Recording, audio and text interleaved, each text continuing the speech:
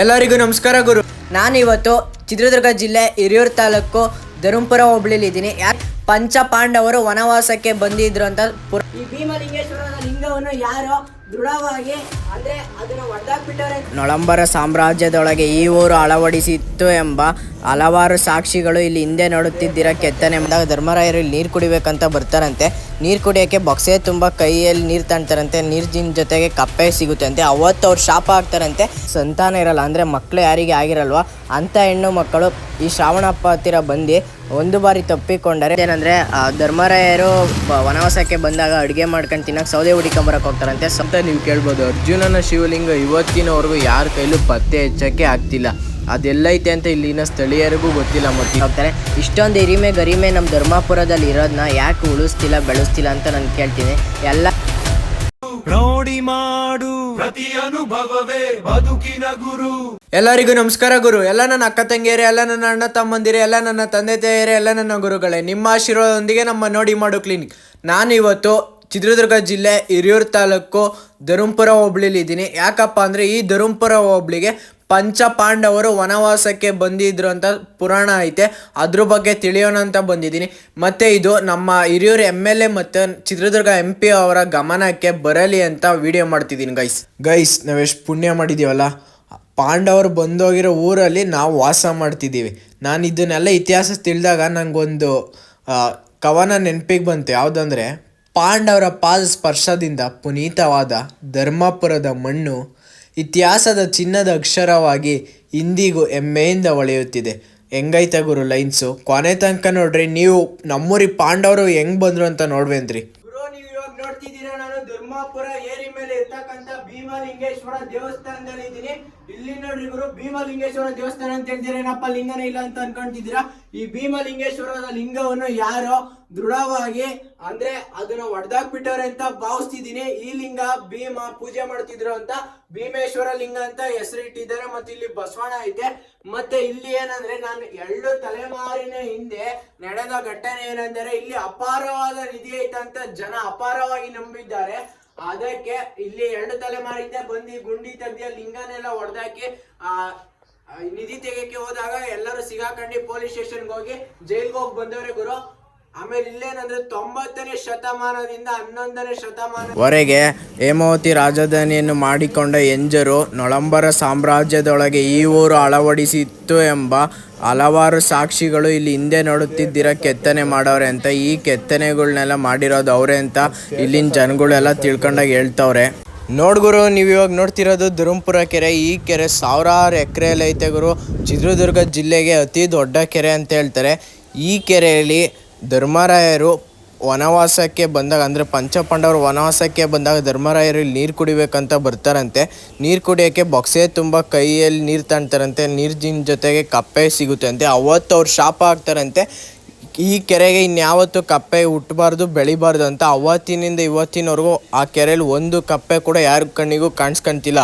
ಇನ್ನೊಂದು ಇದಕ್ಕೆ ಸಾಕ್ಷಿ ಏನಂದರೆ, ಕಪ್ಪೆ ಇದ್ದರೆ ಮಳೆ ಬರುತ್ತೆ ಅಂತಾರೆ. ಯಾಕಂದರೆ ಈ ಮಾತು ಹೇಳ್ತಿದ್ದೀನಿ ಅಂದರೆ, 180 ವರ್ಷ ಕೆರೆ ತುಂಬೇ ಇರಲಿಲ್ಲ, ಕಪ್ಪೆ ಇರಲಿಲ್ಲ. ಕಪ್ಪೆ ಕೂಗ್ರೆ ಮಳೆ ಅಂತಾರೆ. ಕಪ್ಪೆನೇ ಇರಲಿಲ್ವಲ್ಲ, ಹೆಂಗೆ ಮಳೆ ಬರುತ್ತೆ, ಕೆರೆ ಹೆಂಗೆ ತುಂಬುತ್ತೆ? ಆಮೇಲೆ ಪೂರ್ಣಿಮಾ ಶ್ರೀನಿವಾಸರು ಇಲ್ಲಿ ನೀರಿನ ವ್ಯವಸ್ಥೆ ಮಾಡಿಕೊಟ್ರು. ಈ ಕೆರೆನ ಕ್ಲೀನ್ ಮಾಡಿಸ್ರಿ ಅಂತ ನಾನು ಗ್ರಾಮ ಪಂಚಾಯಿತಿಯಲ್ಲಿ ಕೇಳ್ಕೊತಿದ್ದೀನಿ ಗುರು. ನೋಡ್ಗುರು, ನಾನು ಇವಾಗ ತೋರಿಸ್ತಿರೋದು ಇದು ಶ್ರಾವಣಪ್ಪ ಅಂತಾರೆ. ಏನಂದರೆ, ಈ ಧರ್ಮಪುರ ಕೆರೆ ಕೋಡಿ ಬಿದ್ದಾಗ ಇಲ್ಲಿರುವ SC ಕ್ಯಾಸ್ಟ್ನವರು ಕ್ವಾಣ ಕಡಿದ್ಬಿಟ್ಟು ನೀರಿಗೆ ಎಸಿತಾರಂತೆ. ನೀರಿಗೆ ಎಸ್ದಾಗ ಯಾರಾದರೂ 3 ಜನ ಹೋಗ್ಬಿಟ್ಟು ಆ ಕ್ವಾಣ ತಲೆ ಹುಡಿಕೊಂಡು ತರಬೇಕು. ತಂದರೆ ಅವರೇ ಶೂರರು ಅಂತ ಈ ಊರಲ್ಲಿ ಹೇಳ್ತಾರೆ.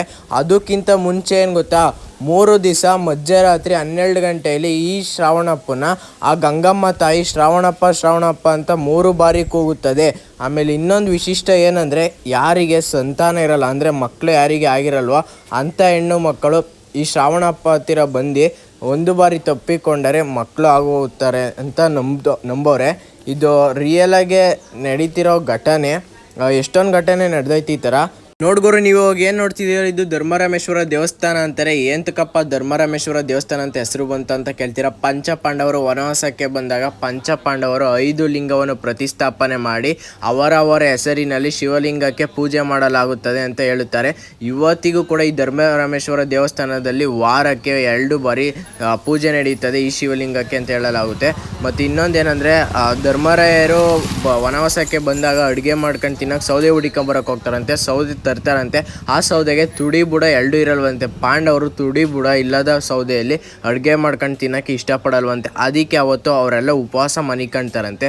ಅವತ್ತಿನಿಂದ ಇವತ್ತಿನವರೆಗೂ ಈ ಧರ್ಮಪುರದಲ್ಲಿ ಯಾರಾದರೂ 3 ಜನ ಉಪವಾಸ ಇದ್ದೇ ಇರ್ತಾರಂತೆ. ಎಲ್ಲ ಜನ ನಂಬೋರೆ. ಆಮೇಲೆ ಇನ್ನೊಂದೇನೆಂದರೆ ಈ ಧರ್ಮಪುರನ ಮುಂಚೆ ಉಪವಾಸಪುರ ಅಂತ ಕರೀತಿದ್ರು. ಆಮೇಲೆ ಧರ್ಮರಾಯರದ್ದು ಹಿಸ್ಟ್ರಿ ಎಲ್ಲ ತಿಳಿದಾಗ ಧರ್ಮಪುರ ಅಂತ ಹೆಸರು ಬಂತು.